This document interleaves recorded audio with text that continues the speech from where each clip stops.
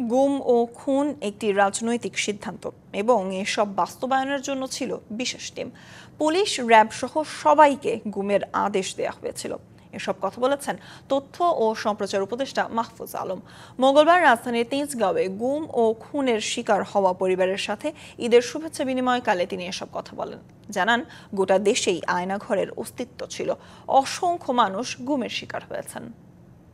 কমিশনের প্রস্তাবনা অনুযায়ী অনেকের বিরুদ্ধে ওয়ারেন্ট জারি হয়েছে, অনেকের বিরুদ্ধে তদন্ত চলমান আছে, আইসিটি ট্রাইব্যুনালে তদন্ত চলমান আছে।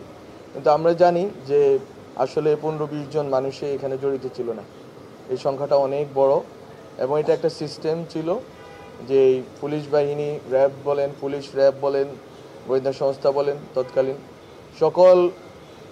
সকল অ্যাপারেটাস, রাষ্ট্রের সকল সংগঠন অঙ্গকে এখানে জড়িয়ে ফেলা হয়েছিল এবং ওদেরকেও তো পলিউটেড করা হয়েছে এবং ওদের মাধ্যমে বাংলাদেশের জনগণের উপর নিপীড়ন চাপিয়ে দেওয়া হয়েছে।